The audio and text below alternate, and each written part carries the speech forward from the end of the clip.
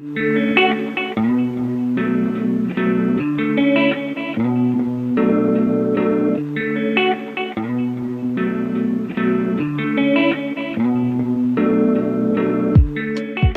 everybody. It's Ed Yardeni. It's Monday, August 10th, 11 a.m.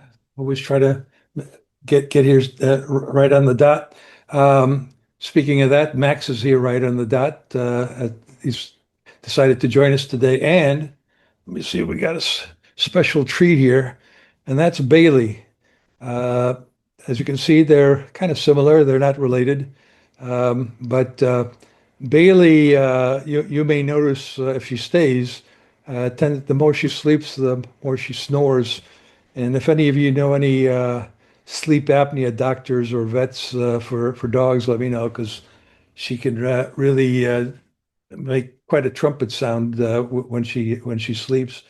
So we'll see how things go here with our two out of our four dogs joining us.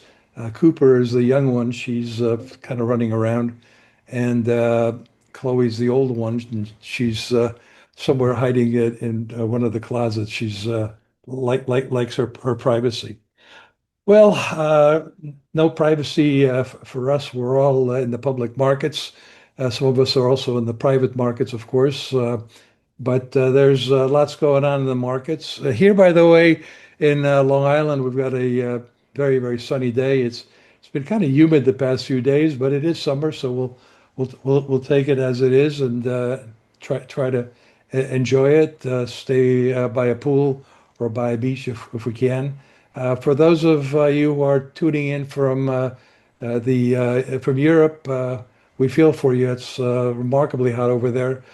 But then here, I guess out west, it's also quite hot. So hope everybody stays and hydrated as possible. Let's talk about things. Lots to talk about. Um, Lots to worry about. All of a sudden, not all of a sudden, there's always something to worry about. This market just seems to climb a wall of worry, and here we are, basically, not basically, we are at record highs in the S&P 500. So the market's done extremely well, notwithstanding things like the Middle East situation. It's not clear what's going on with the Strait of Hormuz. Looks like President Trump has decided that he's going to try to do more things on a sanctions basis, economic basis, try to keep the blockade of Iran going. It doesn't look like there's any imminent attack, but you never know with him. It's possible that all this quiet is a setup for a major attack on Iran. But Iran is countered by saying that if the U.S. attacks again, then they will attack their the America's allies in the region. And I guess everybody's would like to just see if we can just calm this thing down. I think the instinct I had early on in the war during the first day of the war, I concluded that this would end very quickly when I heard that the regime had been decapitated. But then I had a second thought the next day, and I said, you know what? This is a country that's basically run by a professional terrorist organization called the IRGC, the Iran Revolution Guard Corps. And you can't compromise with them. You can't negotiate with them. They are jihadists. And so this is going to be a protracted situation. The only question is, will both sides kind of try to calm it down for now, uh, while they're rearming and kind of rethinking how they want to get under each other's skins. But of course, it's a more serious situation than that. And as geopolitical concerns, I think was it Scott Bessent who recently said that in within 2 years this the Strait of Hormuz won't matter. Some White House official made that kind of rather flip comment. But meanwhile, it's still disrupting oil supplies, and The price of oil is up today on kind of the latest developments in the Middle East. The Strait of Hormuz is still not free for navigation, and there's still supply disruptions over there.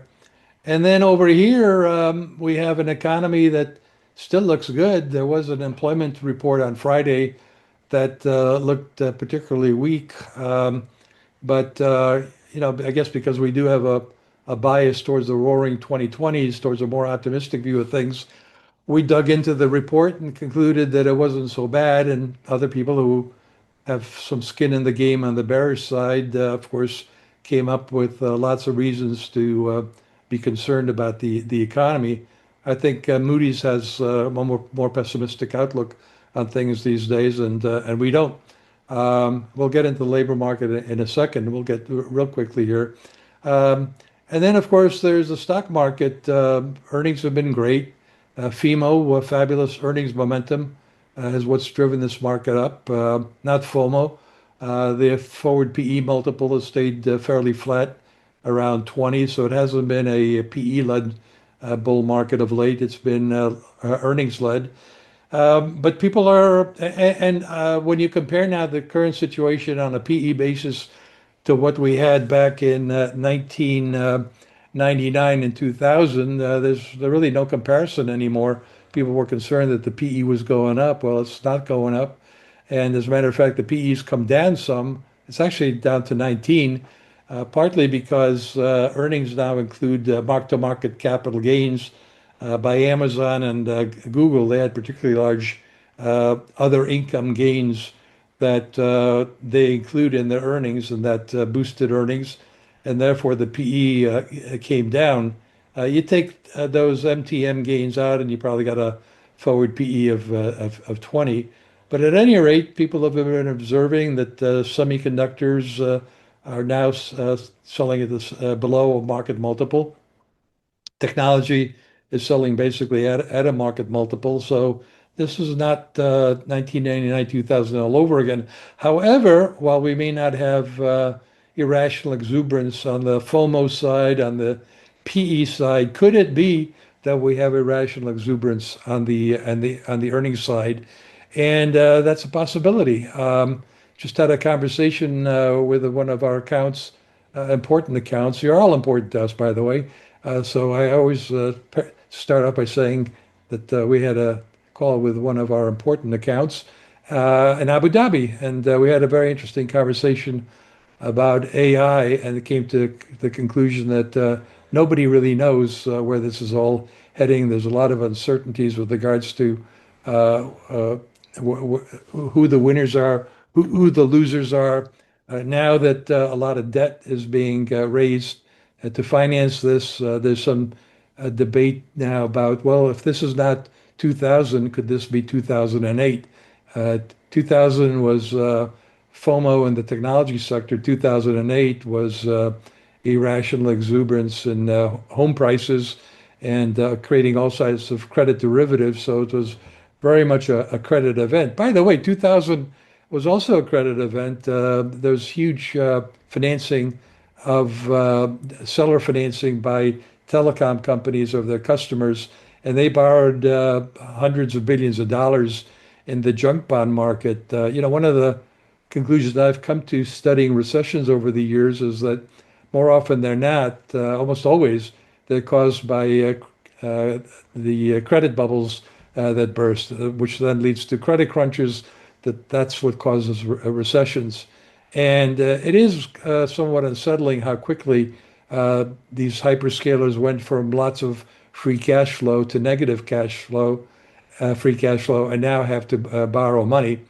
And the circularity and the dependence one on the other is unsettling. On the other hand, the cloud revenues are very strong. The backlogs are very strong.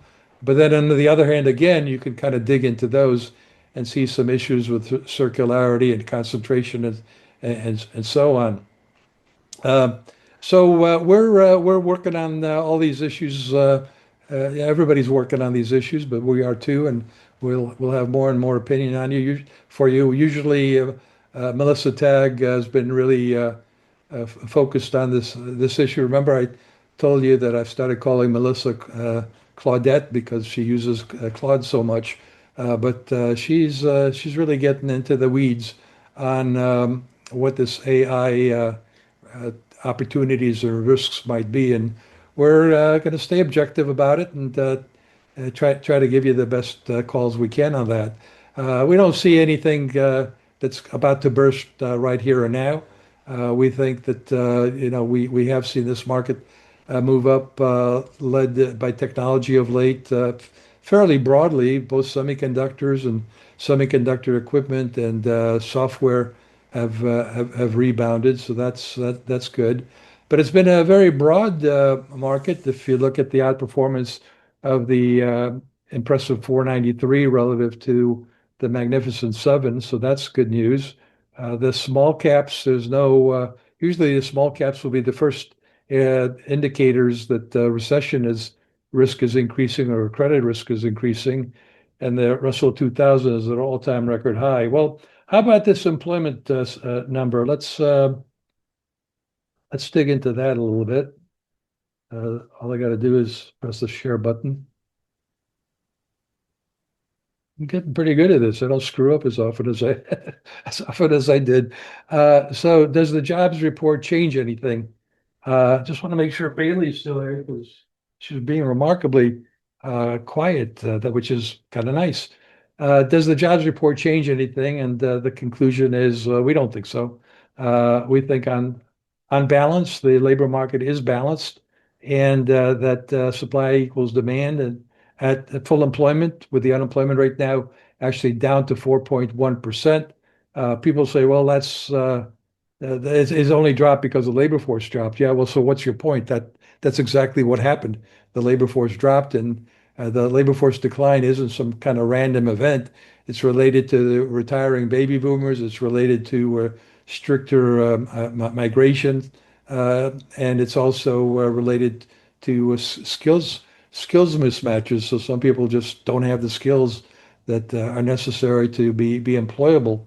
Um, but I think a big part of it is, in fact, the baby boomers retiring. Elias and I have been making that point for a while, but then, there were downward revisions for the past 2 months, and then this one was actually negative for the 1 month change in payroll employment. When you look at the contributors, the big contributor was local government, particularly local government education. That's got to be a seasonal issue, the seasonal adjustment issue.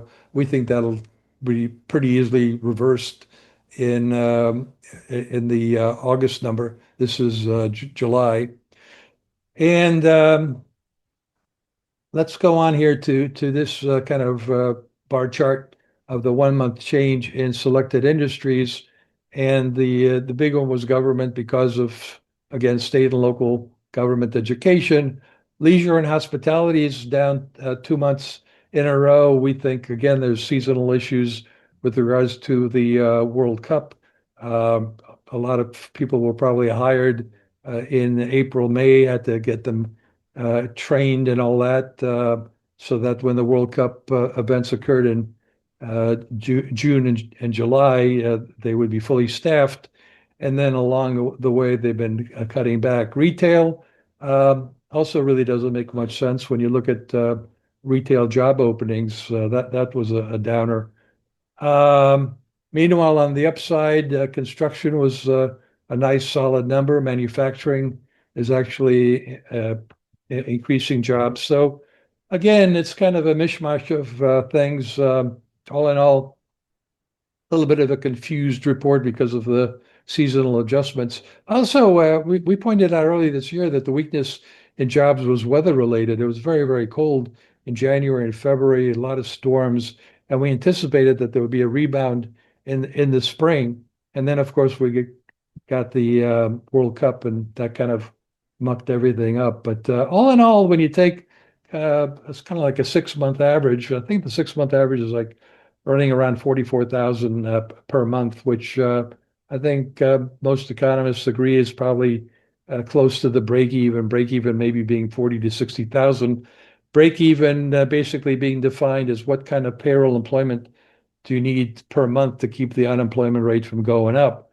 Well, the unemployment rate fell to 4.1% with a 23% drop in payroll employment. So I would say at the end of the day, we want to look at the unemployment rate. If the unemployment rate keeps staying around 4%, then I think whatever the payroll number is, that's good enough, and it does indicate a balance between supply and demand. Here's that retail sales opening. So retail sales payrolls were down, and there's jobs out there. Leisure and hospitality job openings, they were down, but they've been kind of volatile, and they've been volatile around this kind of level. I mean, this whole thing was a crazy pandemic effect. So doesn't look like anything major on the weak side is occurring on the leisure and hospitality. Construction employment, all-time record high, pretty good. Housing related, that's not so good, but the I guess this is civilian. I'm sorry, this is non-residential. This is the non-residential all-time record high. I think when you put them all together, you still have a record high in construction. Um, this doesn't mean much. This is technology, information technology. Look, they overhired during the pandemic. This was kind of the trend, and they went above the trend. And now between AI and overhiring, they've cut back their employment, and now there's been a little uptick here. We'll take what we can get. Um, Payroll employment diffusion index, about more than half, slightly more than half companies are hiring, which is, I think, a good statistic. The unemployment rate, so far so good. That's kind of staying low. The duration of unemployment ticked down a little bit. The trend's still up for the average duration, but the median may be starting to top out. Continuing claims obviously have been suggesting that we're not seeing people staying unemployed for longer. This is the unemployment duration by different time periods. You can look at that on your own, but as you can see, the duration is particularly here, the unemployed for less than 5 weeks is actually declining. So I think that suggests that usually if you're unemployed for a lot more than 5 weeks, you get discouraged and you drop out. So these people aren't dropping out, they're probably getting jobs. Short term, long term, there's the short term unemployment rates come down. That looks more than just a 1 month quirk. The long term is kind of stuck around 2%. It's not unusual. Let's move on here. Participation rates come down. Let's look at the labor force situation. The 55 years old and older participation rate, that's been edging lower. That includes the 65 years old and over, and that's also been edging lower. That would be the baby boomers retiring. Here's not in the labor force, 65 years and older, and you can see that we've really had a significant increase in as a percent of total not in the labor force. So 50% now, people who are not in the labor force are 65 years and older. Again, the baby boomers are the largest cohort in the economy, and not only that, they're turning into seniors, 65 and older, and they're living longer. So clearly, there's going to be more of them lingering around, if I may use that phrase for my cohort. And so there's a lot of baby boomers in the not in labor force. Foreign labor force is the growth rate has been declining, and meanwhile, maybe the native born are finding some jobs, so the growth rate there is actually increasing.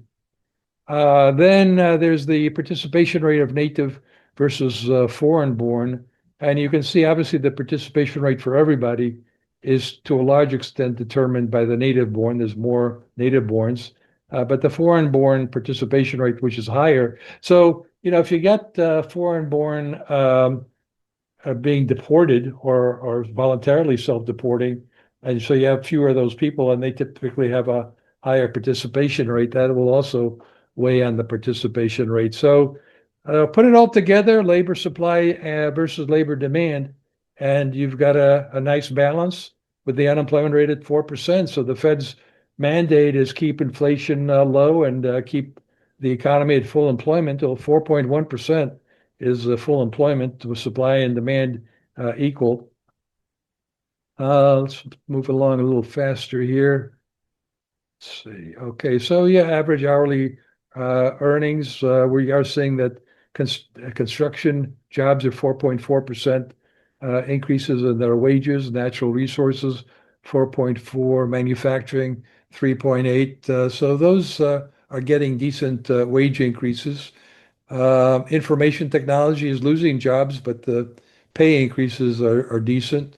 Same for financials, professionals, and business services, not so much. Um, Utilities are doing extremely well at 8.1%. Again, some of these can be related to the AI boom. Retail, wholesale, not so much.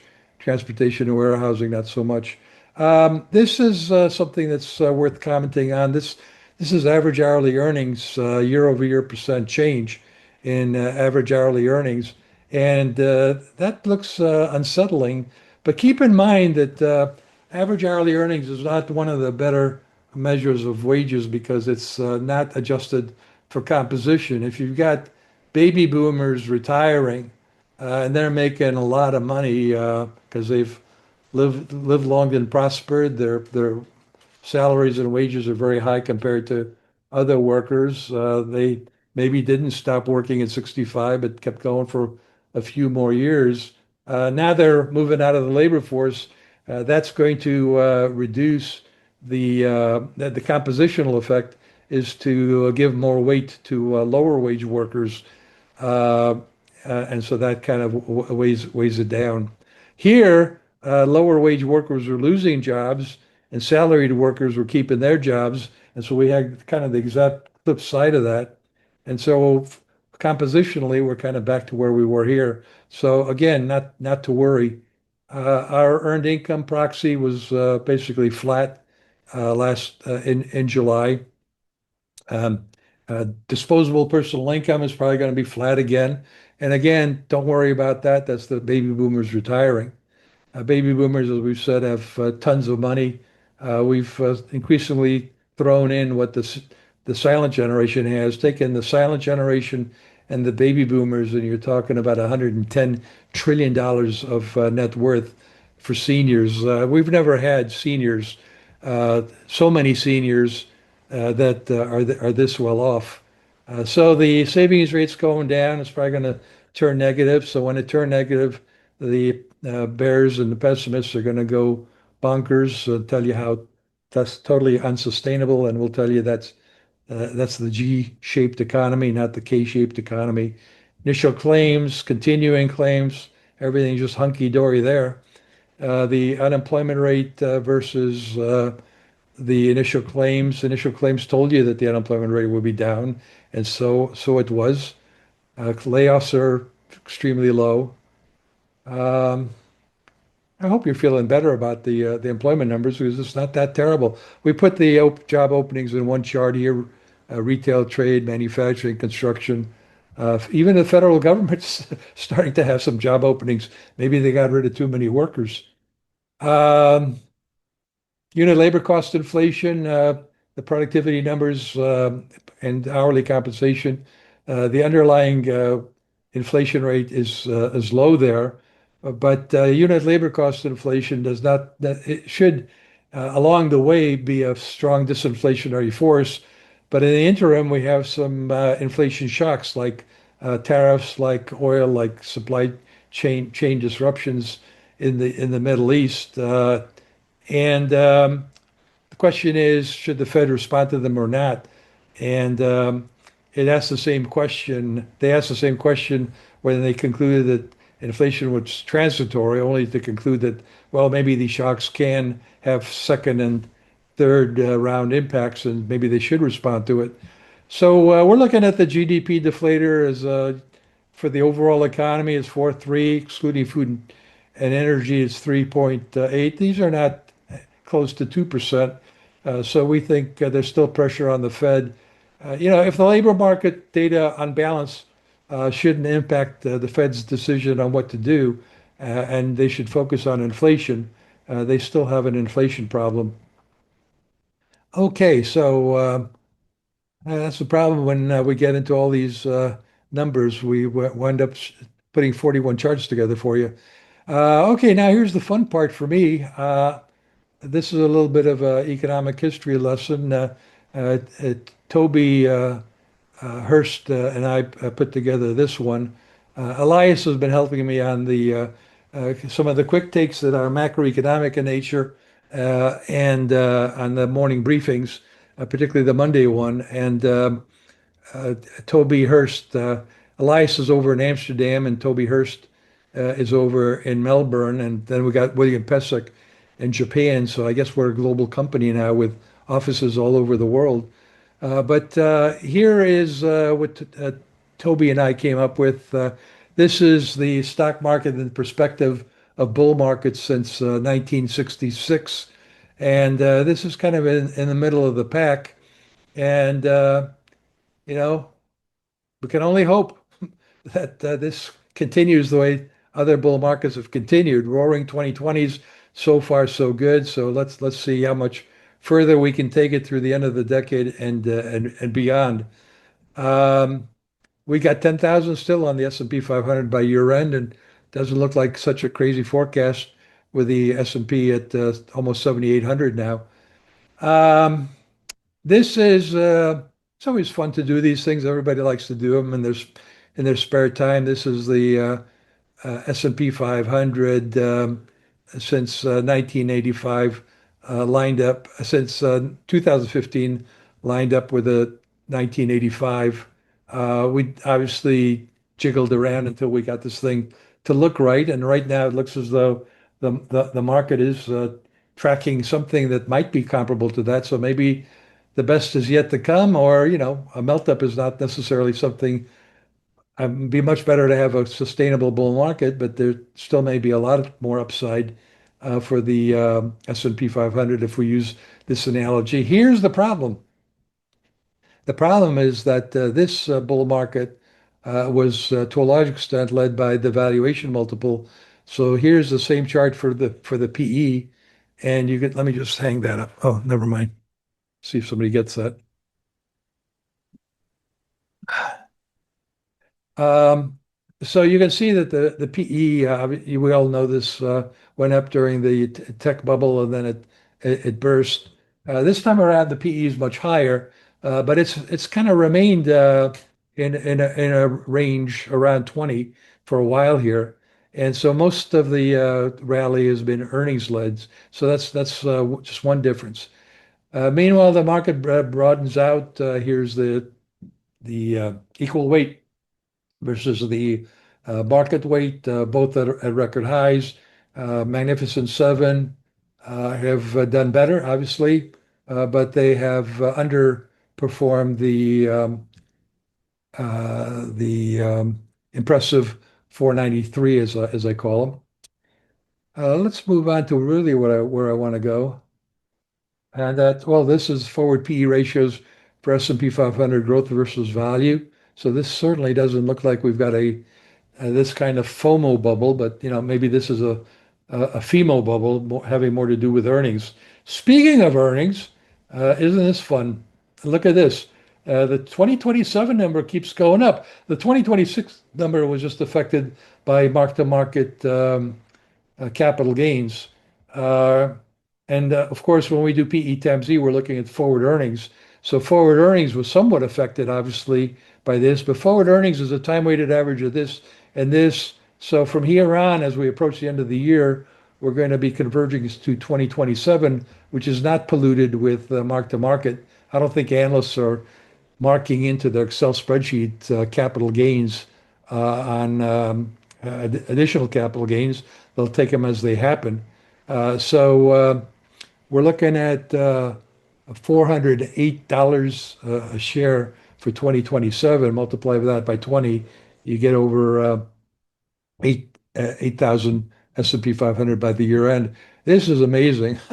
I mean, we had to obviously change the scale on this thing. This is the mark-to-market capital gains, just a couple of the Magnificent Seven. Take those gains out, and you're probably more in line with what we're seeing for the next 2 quarters, which is numbers around a little over 20% for, well, here's 22%. Here's actually 27%. This is the same thing when you disaggregate by sectors. Energy, we know what's going on there, but these were the big pops in communication services and consumer discretionary. That includes Amazon and their capital gains. Meanwhile, tech is actually doesn't have those capital gain pops, and it's been pretty steady going to the upside. Uh, and that's the story. Why don't we open it up for a little discussion here? Okay, Willem, I would argue that the latest U.S. labor market data strengthen the case for a Fed rate hike because the labor market has gotten more tight. I agree. Yes, employment went down, but the supply of labor went down more, driven by demographics, immigration, reduction, and AI-driven mismatch. I agree, Willem. The unemployment rate went down to 4.1%, and the labor force participation rate went down. This will boost inflationary wage pressures. What is your view on all this? I agree with all of it, Willem. And Willem sent that question in at 11:11. So it's not like he wasn't listening. He just kind of anticipated where I was going. So we're like-minded on all that. Thank you, Willem. Are you maintaining your upside call on gold? How does the recent coordination between the U.S. Treasury and Japanese MOF factor in? Yeah, I mean, especially now that it looks like 4,000 held. We formed a nice base of 4,000. Last I looked, we were about 4,400. That's a nice big move in a very short period of time. Um, the gold market did not do well when the war was escalating, when the war was a shooting, it was a kinetic war, I guess, as some people call it. Now I don't know what kind of war it is, but it doesn't seem to be depressing gold. And meanwhile, to the extent that I think some of this pickup in gold is that Warsh talked real tough in June and July on price stability, but he didn't do anything. And now you say, well, we're not on pause. We're just studying everything. So they're not on pause, but they're studying. So there's some. I think it kind of reflects a little bit of a credibility issue on Warsh, and I think saying the U.S. have to intervene with the Ministry of Finance of Japan to support the yen, and the U.S. use euro without asking the Europeans what they thought of that. But clearly everybody knows the reason the U.S. has skin in the game is because the Ministry of Finance, if it needs to support the yen, could always sell their $1 trillion, some of their $1 trillion of U.S. Treasuries to provide that kind of support. And that was not something that Scott wants to see happen. Scott Bessent wants to see happen on his watch. Lee, third quarter EPS estimate seems to have cooled a bit. Not really. I mean, I saw 22%. That's pretty good, though still quite optimistic at 0.89%. I don't know what that number is. It is still a bit down from a former estimate in the past of 1.19. I'm using the growth rates, Lee. I'm not quite, you'll send me an email on what you mean by your numbers. What, if any, impact on equity values do you see if this trend continues, especially if you're lobbying the Fed to increase their overnight lending rate comes to pass? Uh, Look, I'm not. It's I don't have any influence over the Fed, as you know. But I do think they made a mistake in 2024, 2025, and now the bond market kind of confirms what that I was right and they were wrong. But on the other hand, they did what they did. Um, but I think the earnings story is still very much intact. I think that's where the vulnerability is. If we suddenly get something happening on the AI trade that makes everybody kind of reconsider their earnings estimates for semiconductors and so on, that would be a problem. But I don't think we're there yet. We could get there. Peter, please address stock-based compensation and late 90s versus today. I'll do that, but that'll take some time. Amy, Ed, our analysts factor in the depreciation expense that is going to start hitting the hyperscalers' earnings over upcoming years. They have 100% depreciation starting from the get-go, so that actually saves them a lot of tax money. So that might actually help their free cash flow, but they're spending it so fast, it's still going to be negative. But that's another one we'll have a. We looked at it a while ago. We'll look at it again. And finally, Gary, what main drivers of the 20% earnings growth of sustainable basis? 20% year-over-year earnings growth is not sustainable. Earnings growth historically has been 7 to 8%. You can't have earnings growing sustainably faster than the nominal GDP. But I guess the markets are trying to. Uh, Companies are doing what they can to do it. Look, we've had strong revenues. Global economy's held up well, and on top of that, we've had the profit margin going up here. Profit margin just is no longer cyclical. It's been actually trending higher for the past several years. Well, all the best to you folks this week. Let's catch up again next week.